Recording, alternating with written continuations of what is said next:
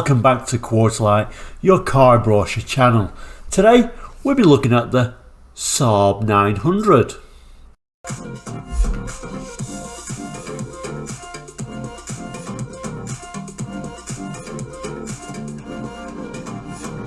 Hello and welcome back.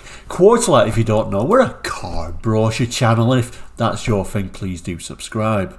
Also, this is the first Quartzlight video of 2023, so Happy New Year. I hope you had a great Christmas, and I hope 2023 is going to be a really good year for yourself.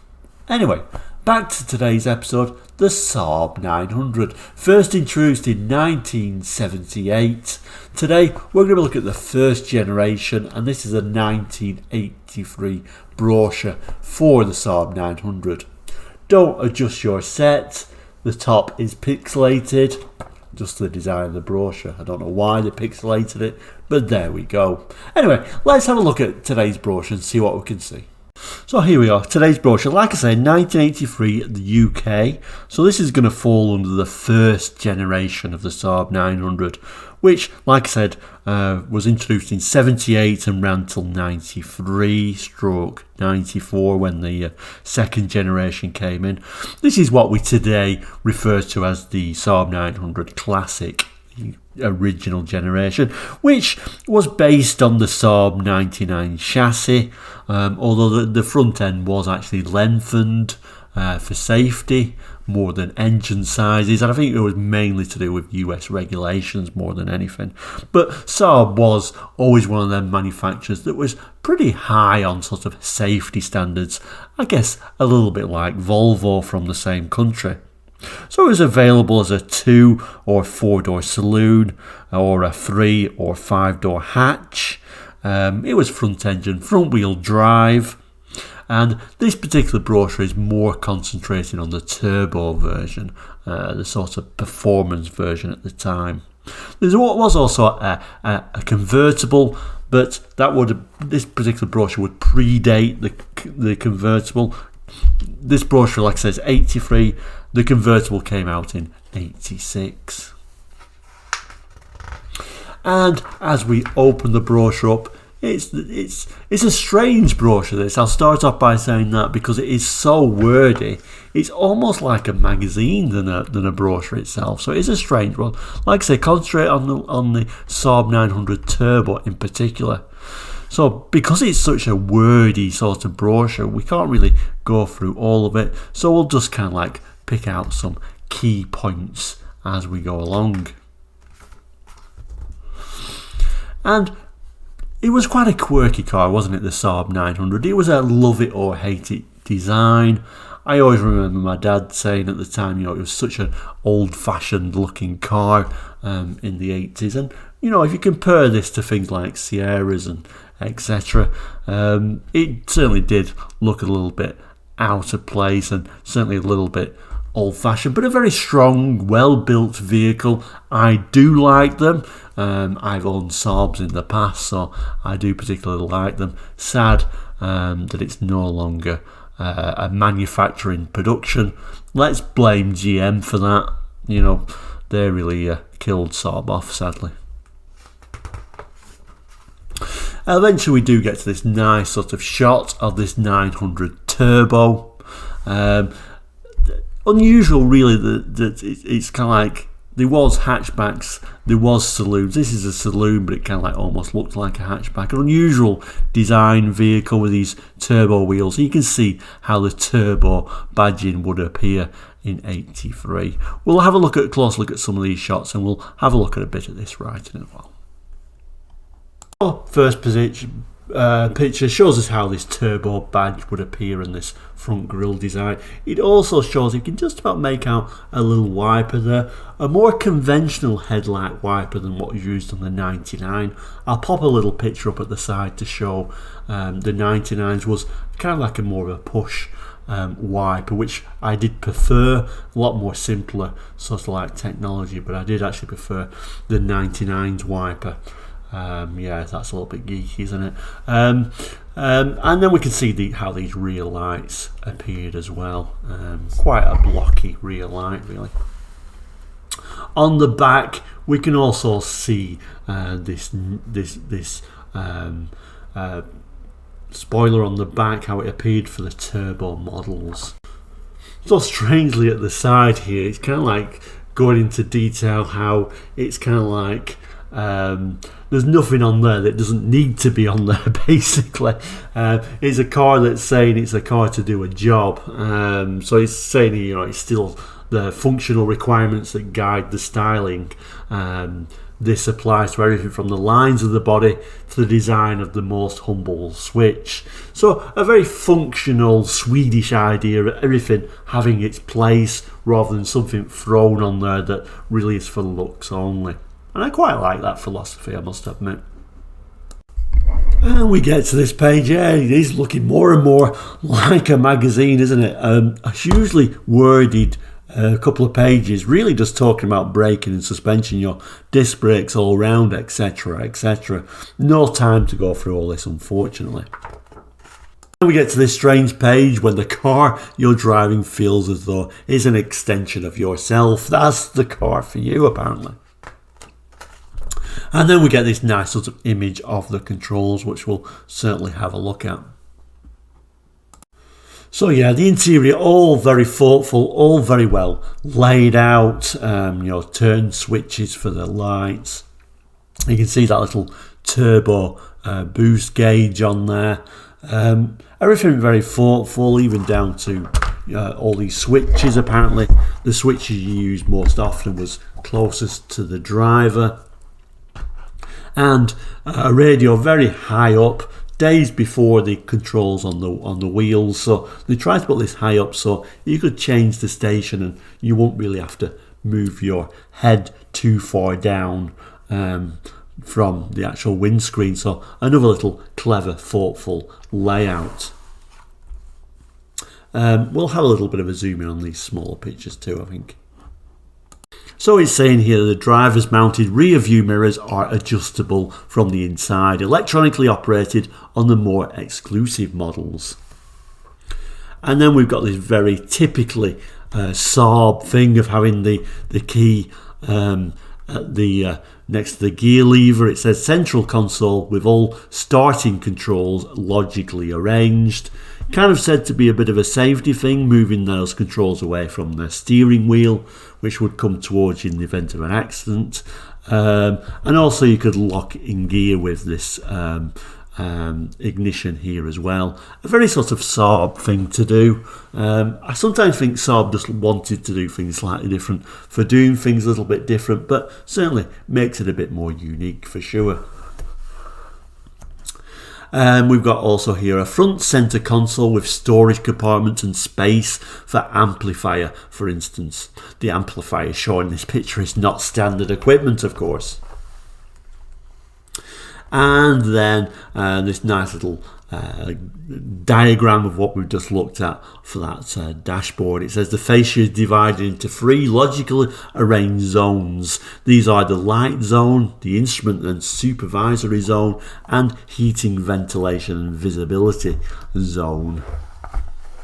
All very logical, really. And it says the driver can reach all important controls without having to change his seating attitude. Unusual way of saying that, but basically, you know, the controls you use most often are easiest to reach for the driver.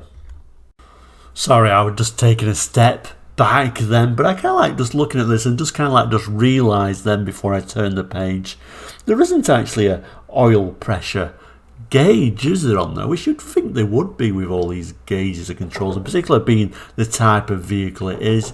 You would certainly think it would have an oil pressure gauge, but maybe that's just me overthinking it a little bit. Difference between the rear lights on the hatchback version compared to the rear lights on the sedan or saloon. The front directional indicators and running lamps. And a lovely little diagram of this headlight washers and wipers actually in operation, which is quite nice. Again, the 80s, it was all about headlight washers and wipers, wasn't it? But I guess for these Swedish cars where a snowy climate, actually a wiper does seem like a good idea. And then a few little indicators, things about The front and rear indicator lights are visible within a large range. So they thought about those indicators, etc., which on modern cars it's almost like forgot about. Sometimes the indicators are really hard to read. And it says the driver can raise or lower the entire seat to find the position that suits him best. This provides an excellent field of vision around the car and at a glance vision of the whole fascia. Not sure why they're saying it's only to suit him best. I'm sure many women also chose a Saab to drive. I guess that's just the time, you know, they're always referring to him in these pictures for whatever reason. Very wordy page again, on about the different engines and the different graphs showing those sort of boost, etc. on the turbo version. And then a lovely picture of the hatchback and the saloon side by side. So we got this 4-door saloon, and this looks like a 2-door hatch by the looks of it. Possibly the hatch looks a little bit more modern in its design, but overall very strong. And like I say, Saabs were always them type of cars you either loved or you hated. And it's showing the SAAB Turbo, a concept in itself, with this unusual little microcomputer little image, but I guess, you know, this is the 80s. Showing this sort of turbo, the turbo principle as it calls it, since the rotating assembly of the SAAB turbocharger is so small and lightweight, it will perform efficiently even at very low engine speeds. When the turbocharger is inoperative, the fuel consumption of the engine will no higher than that of our economical fuel injection engines. I always remember these turbos though, there were certainly a lot of turbo lag in the early 80s, as were most turbo cars at that time. And we're looking at a page all on about safety, sort of like the crumple zones of the Saab itself. Like I said, safety a huge thing with these Swedish cars. You know, Volvo was always being sold, and Volvo was always the big safety. But Saab also went into a lot of detail about their safety on their cars. And then we got a nice front image of this particular SAAB Turbo. If you notice the unusual way the wipers park themselves sort of like together. And another unusual thing was how this bonnet actually opened. I'll probably pop a little picture up somewhere, I don't know, up here somewhere, of how that opened. It was like a clamshell design where it went forward before it actually tipped forward. And then on the next page, no, like I said, the convertible isn't out yet, but it gives you an idea of how the seating was for this 4-door version. And indeed, the seats were very nice, weren't they? An extremely comfortable long distance seat. The Saab seats I've always ever sat in were always extremely comfortable and supportive.